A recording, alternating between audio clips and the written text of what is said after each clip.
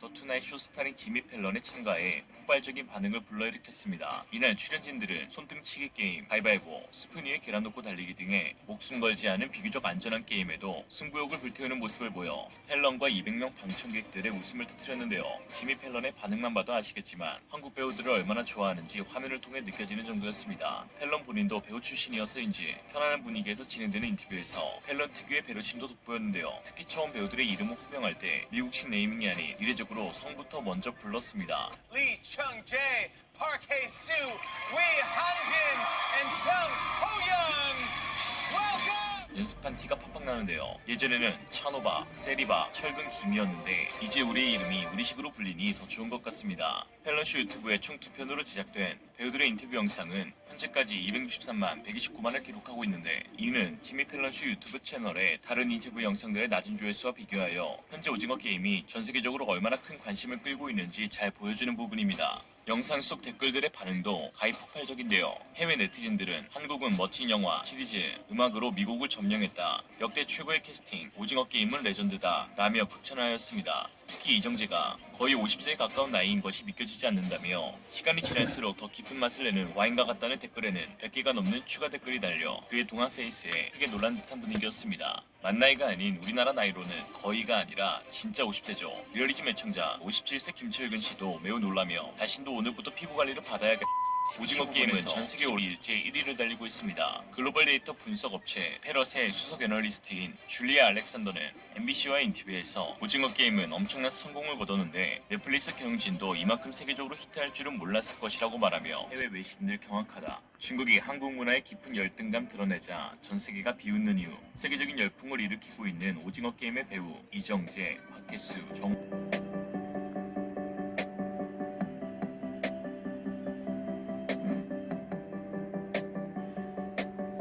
할머니 같은 게 뭔데? 쿠키도 만들고 나뿐만도 아니고 연주 팬티도 안 입고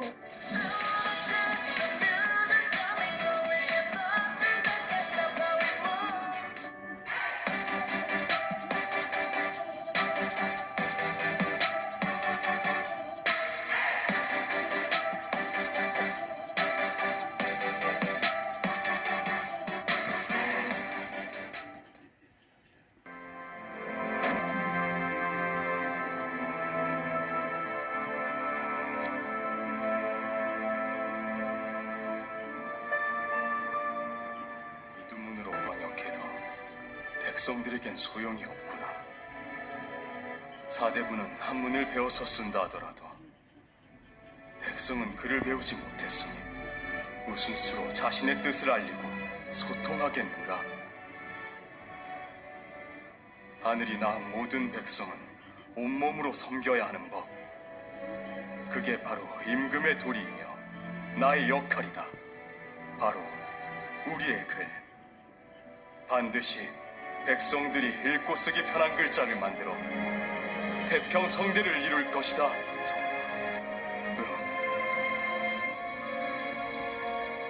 이제 우리의 글을 백성들에게 알릴 날도 머지않았구나.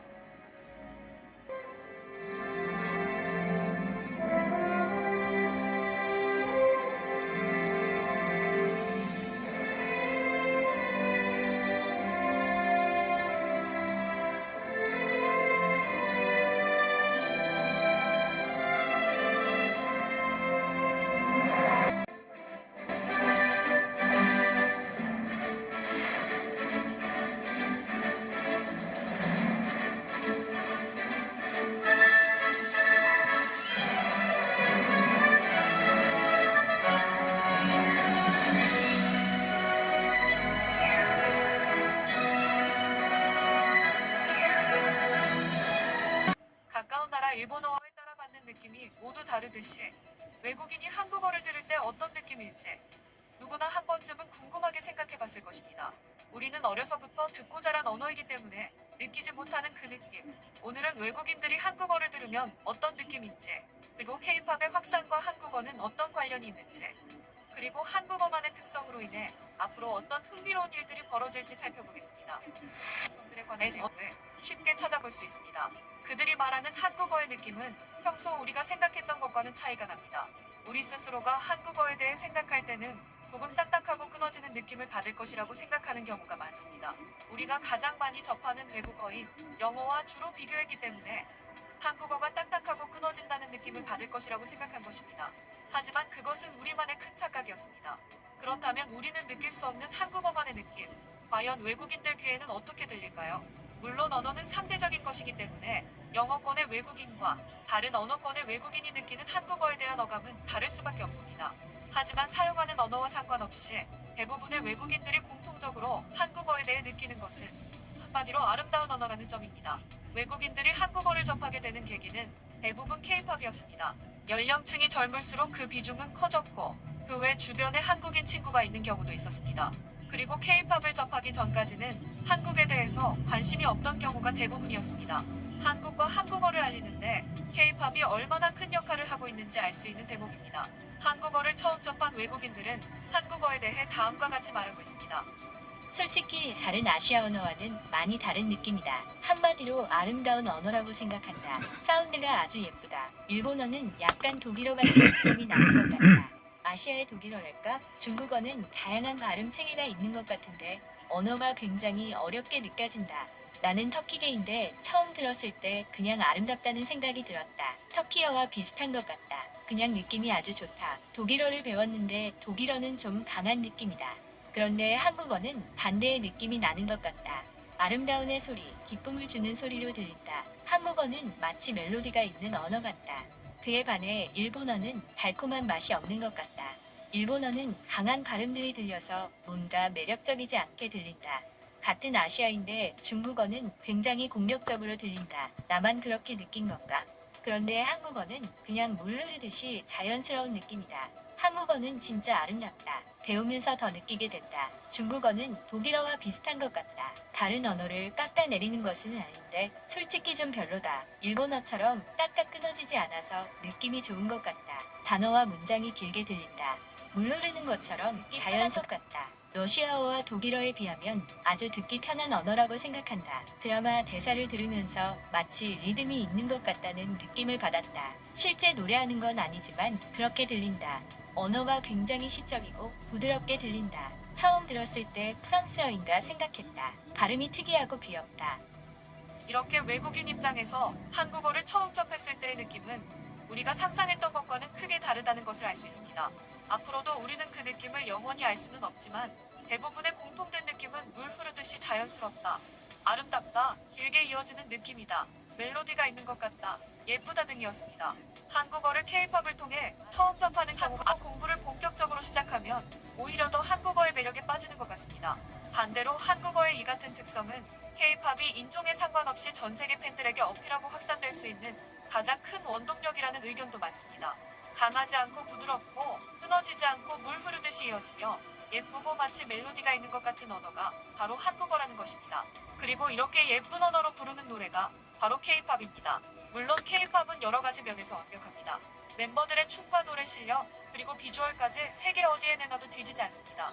곡과 가사를 비롯한 음악성은 물론이고 프로듀싱과 뮤직비디오까지 모든 것을 완벽하게 갖추고 최고의 수준으로 팬들과 만나게 됩니다.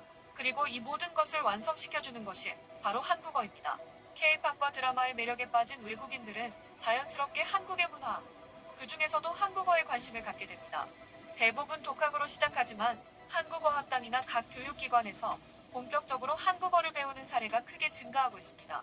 특히 대학에서는 한국어뿐만 아니라 한국과 관련된 모든 종류의 강의에 대해 등록률이 크게 증가하고 있습니다.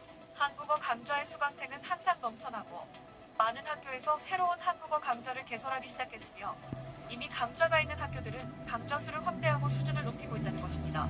심지어 학생들이 입학하자마자 2, 3학년 레벨의 시험을 치르는 경우도 허다합니다. 즉 독학을 통해서 이미 어느 정도 수준에 도달한 상태에서 한국어 강좌를 다시 듣는 경우가 많다는 것입니다. 그리고 한국어를 알리는 천병 역할을 하고 있는 것입니다. 폭발적으로 확산되고 있는 K-팝은 지금도 엄청난 영향력을 발휘하고 있습니다. 한 나라에 대한 이미지는 쉽게 바뀌지 않습니다. 그런데 K-팝을 통해 한국이란 나라에 대해 처음 알게 되거나 한국에 대한 인식이 크게 바뀌고 있으며 심지어 K-팝이 아시안 남성에 대한 고정관념까지 바꾸며 느닷없이 한국 남성들의 인기가 치솟고 있습니다. K-팝 열풍은 이제부터가 시작입니다. 대부분의 전문가들은 K-팝이 이제 주류 시장에서 자리 잡고 더 빠르게 확산될 것으로 보고 있습니다. 일단 서구권 음악과 비교해봐도 음악성과 영상미를 비롯한 전반적인 수준이 매우 높습니다. 서구권의 팝송이 수준 낮게 보일 정도입니다. 그리고 이 같은 K-팝 열풍은 향후 수십 년 이상 지속될 것입니다. 그 이유는 간단합니다. 한국어와 한글이 있기 때문입니다. 한국어의 아름다운 느낌, 그리고 인류가 만든 가장 뛰어난 문자인 한글을 사용하는 K-팝이 전 세계 곳곳으로 퍼지는 것은 어찌 보면 당연한 일입니다. 언어는 짧은 기간에 형성되는 것이 아닙니다. 오랜 세월을 거쳐 형성된 것이고 지금도 우리가 의식하지 못하는 사이 조금씩 끊임없이 변하고 있습니다. 그 민족이 살아온 환경과 과정, 그 세월의 흔적을 그대로 반영하는 것이 언어입니다. 호전적인 성향의 민족이 장기간 그 성향을 유지하면서 살아가면 공격적인 언어가 형성되는 것이고 품성이 온화하고 선한 민족의 언어는 부드럽고 아름다울 수밖에 없습니다. 가까운 미래에 한국이 세계의 중심이 되고 초강대국으로 성장할 것이라는 다소 허무맹랑한 예언들을 인터넷이나 유튜브를 통해 한 번쯤은 접했을 것입니다.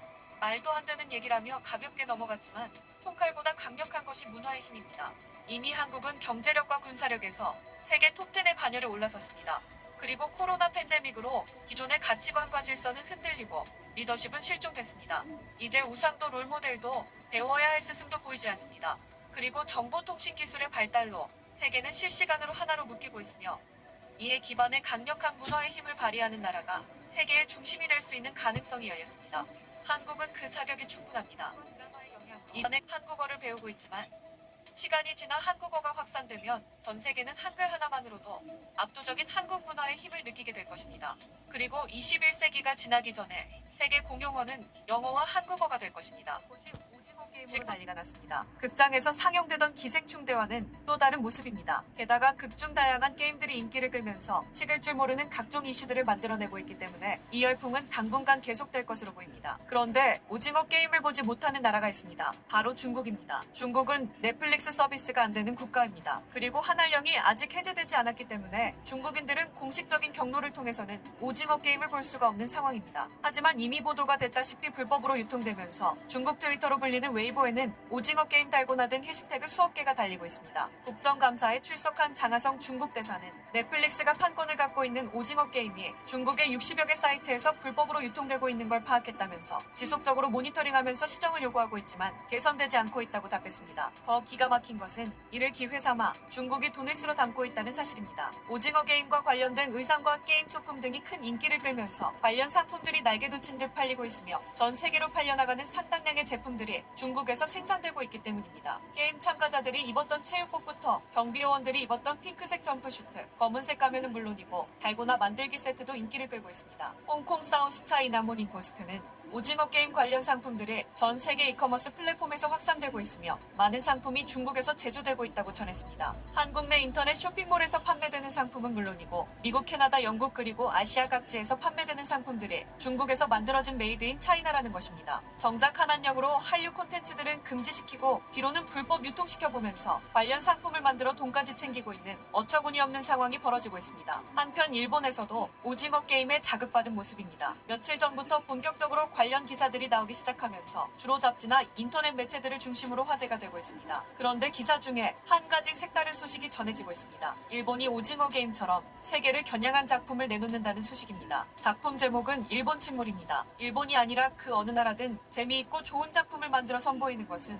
환영할 만한 일입니다. 그리고 우리 한국인들 입장에서는 대중문화에 있어서만큼은 일본에 대해 경쟁심 같은 것은 전혀 없습니다. 애니메이션 정도를 제외하면 한국의 대중문화가 훨씬 수준 높고 뛰어나기 때문에 크게 신경 쓰지 않는 분위기입니다. 반대로 일본인들은 한국 드라마와 오징어 게임을 언급하며 경쟁 심리가 발동하는 것 같습니다. 일본 침몰이 넷플릭스를 통해 세계 시장을 공략한다는 소식이 전해지자 일본인들의 반응이 흥미롭습니다. 작품에 대한 기대보다는 뜯어 말리는 분위기입니다. 망신만 당할 것이라는 주장입니다. 게다가 제목이 일본 침몰입니다. 전 세계에 일본 침몰을 알리겠다는 것입니다. 어제 야후 재팬을 통해 전해진 소식은 일본 TBS가 넷플릭스와 팀을 이뤄 프로그램을 세계로 전송할 예정이라면서 오늘 지난 10월 10일 30개 언어로 자막이 제작된 오구리슌 주연의 일본 침몰 희망의 사람이 190개 이상의 나라와 지역에 오픈되면서 세계적 히트를 노린다고 보도했습니다. 일본 침몰은 코마츠 사쿄의 SF 소설을 원작으로 이미 애니메이션과 영화 등으로 수차례 제작됐던 작품입니다. 일본 침몰이 처음 만들어진 것은 1973년 영화입니다. 지금 보면 촌스럽지만 그 당시 수준으로 보면 특수효과를 비롯해 전반적인 완성도가 상당히 높은 것을 볼 수 있습니다. 이후 리메이크된 2006년작보다 오히려 낫다는 평가도 있습니다. 이뿐만이 아니라 일본 침몰은 작년에 애니메이션으로 만들어져 넷플릭스를 통해 공개된 바 있습니다. 올해 또 다시 드라마로 만들어 넷플릭스를 통해 세계를 공략한다는 것입니다. 줄거리를 보면 2023년 일본 도쿄를 중심으로 진도 10에 이르는 대지진이 발생하고 이어서 일본 전역에서 지진과 쓰나미가 발생하면서 일본 열도 전체가 가라앉게 된다는 설정입니다. 이 과정에서 일본을 탈출하려는 사람들과 끝까지 남아서 운명을 함께 하려는 사람들이 등장합니다. 그리고 일본이 가라앉는 것을 막기 위해 가공할 위력의 폭약을 갖고 심해로 들어가 지각판을 폭파시켜 일본 열도를 분리시키는 작전이 펼쳐집니다. 그럴듯한 스토리와 함께 엄청난 스케일의 영상이 예상되지만 1973년부터 수차례에 걸쳐 리메이크되면서 제대로 만들어진 적이 없는 작품입니다. 오죽하면 1973년작이 가장 낫다는 평까지 나오고 있습니다. 새롭고 참신한 스토리도 많을 텐데 왜 굳이 일본 침몰을 다시 만들어 나올까 기대해봅니다. 그런데 한 가지 흥미로운 것은 이 소식에 대한 일본인들 반응입니다. 기대보다는 뜯어말리는 분위기입니다. 오징어 게임에 대한 일본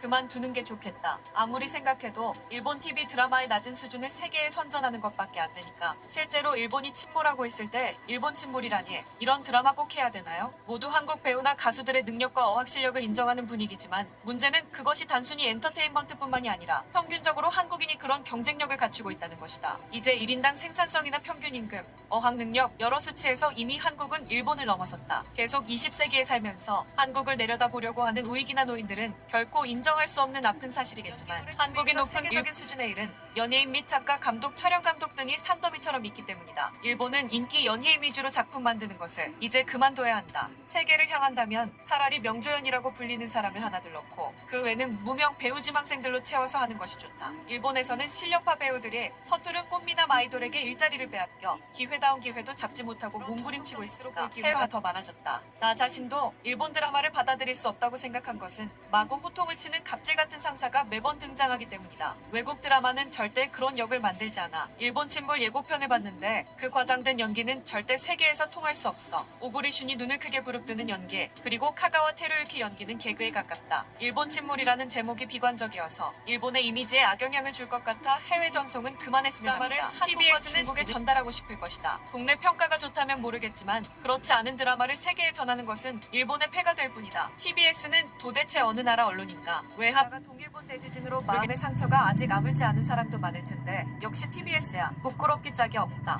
지금 일본이 부활해야 하는데 일본 침몰을 세계로 타전하는 기획과 보도로 추락이 이만저만이 아니다. 한국을 좋아하지는 않지만 지금의 일본은 오징어 게임 같은 각본이 있어도 세계에서 히트하게 만들 수 없다. 세계에 전달할 수 있는 것은 애니메이션 정도라고 생각한다. 일본 영화나 드라마는 수준이 낮다는 소리를 들어도 설마 했었는데 넷플릭스에서 여러 나라 작품을 보면 일본은 아시아에서도 바닥이라고 생각한다. 일본 침몰은 제목 덕분에 일본 내에서 히트친 거다. 게다가 침몰로 일본인이 죽는 장면 없으니 사기라고 비판받았고 애니메이션에서는 개그의 영역이 됐다. 뇌에 카레가 들어가 있는 사람만 감동했다고 했었지. 이번에도 또 어떤 게 될지 오구리슌의 연기를 예고로 보고 기대를 가질 수 없다고 생각했습니다. 일본 드라마는 각본이 있는 이야기가 아니라 인기 배우에 맞춘 것입니다. 해외 드라마와는 천양지차. 세계를 상대로 방송 같은 건 안 하는 게 좋을 것 같아요. 일본의 TV 드라마는 해외의 TV 드라마에 비해 스케일이나 배우의 연기력이 떨어진다. 일본의 초라함을 드러낼 뿐이니까 해외 진출 같은 건 그만두는 편이 좋다. 원작은 좋고 세계 전달의 시도도 좋다고 생각한다. 그런데 왜 일본 침몰인가? 과거에 몇 번이나 드라마나 영화로 리메이크 정도 스케일을 그리기에는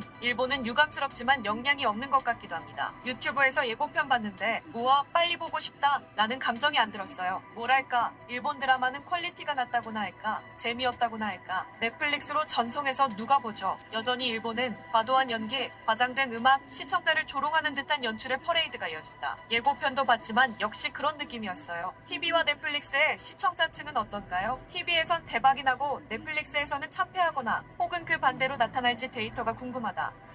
이상 일본 반응 살펴봤습니다.